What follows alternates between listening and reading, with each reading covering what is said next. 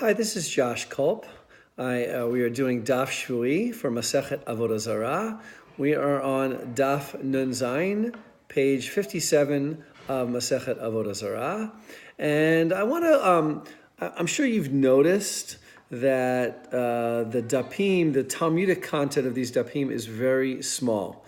If you look on an average daf, there's not much Gemara on there, and there are a lot of Tosfot, which makes Daf Shevui, the portions for Daf Shevui, very short because there's not a lot of Gemara there. So you may be wondering, why is there so little Gemara in these sections? And that is for two main reasons. I'm going to touch on sort of both of them a little bit today. First of all, the Gemara here is full of contradictions. Pieces of Gemara in one place about Yain Nesech, about libated wine, do not match other pieces of Gemara in other places, and the Tosfot especially, Rashi deals with this a little bit less, but the Tosfot have to spend a lot of energy trying to harmonize different sections of the Talmud. And I'm just going to give you a couple examples. Shmuel, for instance, in the story that opens this section, there's a Jew and a non-Jew who are stomping or treading on some wine in a vat, and Shmuel doesn't know what to do with it. But there's another Mishnah that says if a non-Jew measures wine with a stick, it must be sold. By implication, if the non-Jew touches the wine with a stick, it has to be sold. If he touches it with his own body, it would seem to be worse. Then you should be forbidden to even derive benefit from it, which Shmuel doesn't seem to even note that Mishnah. So that's one small example. The story that comes next after this story about a non-Jew in Biram, a place called Biram, who goes up on a palm tree and he brings down a lulav, and while he's going down, the rosh of the lulav, the head of the lulav, touches the wine unintentionally. So there's problems with this. First of all, the Gemara compares this with a child who touches wine. The child doesn't touch the wine with something else. The child touches the wine with his own hand. Second of all, if we really follow this, it would lead to a chumrah, a stringency that we don't hear of anywhere else in the Talmud, that if a non-Jew accidentally touches the wine with something else, not with his own body, that it should be strictly prohibited even to derive benefit from it. That's about as big of a chumrah, of a stringency, as you could possibly imagine. And like I said, in other places, if he touches it with a stick, it only has to be sold, and that was intentionally with a stick. So you can see there's all sorts of factors here that one Gemara to another Gemara don't always add up all that well. Was it intentional? Did he touch it with his body? Did he touch it with the kavanah of drinking it, with the intention of drinking it? We have numerous, and I really mean numerous, contradictory sugyot in a relatively small amount of Gemara.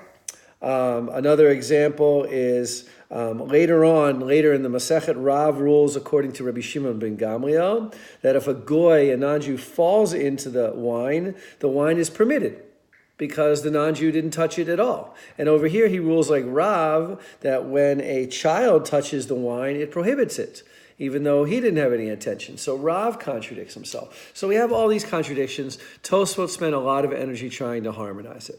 So that's one reason that we see a lot of Tosfot, a lot of commentaries on the Talmud. The other thing is, as I've said before, and I've said many times, this was a very practical issue in the world of the Tosfot.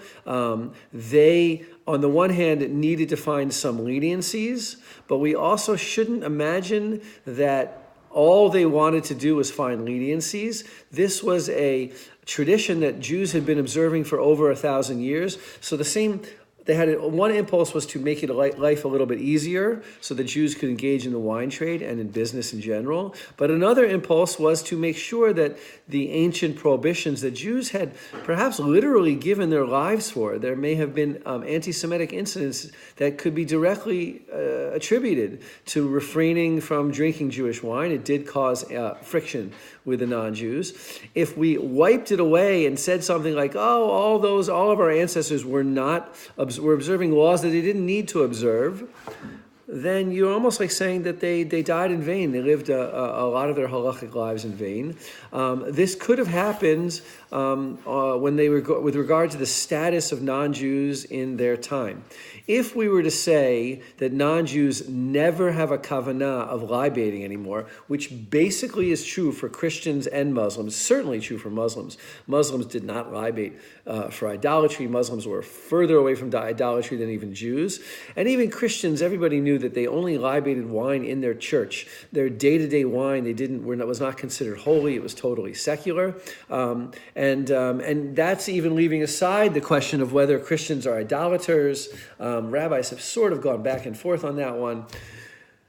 There were rabbis who thought that they were, rabbis who thought that they weren't, but they certainly weren't libating their wine. If you say that a tinok, a child, doesn't make yain nesef, and all because he doesn't have a kavanah, he doesn't have any intention for idolatry, he doesn't know anything about idolatry, and in order to make life lenient, all non-Jews in our day, meaning the time of the Tosfot, the 12th century, are considered to be like children who don't have a kavanah, an intention for idolatry, then basically you're wiping the prohibition out of existence. While that might sound appealing to us, it was not appealing to them, because it would have basically been such a break with tradition that it would have been saying that all of the traditions preserved by our ancestors were really, in essence, unnecessary, or at least for a long period of time.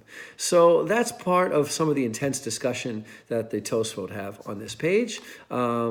You can read summaries of some of these things on the web. We don't really cover them on Daf Shevui due to time constraints, but they are very interesting, and it's an interesting chapter in Jewish history.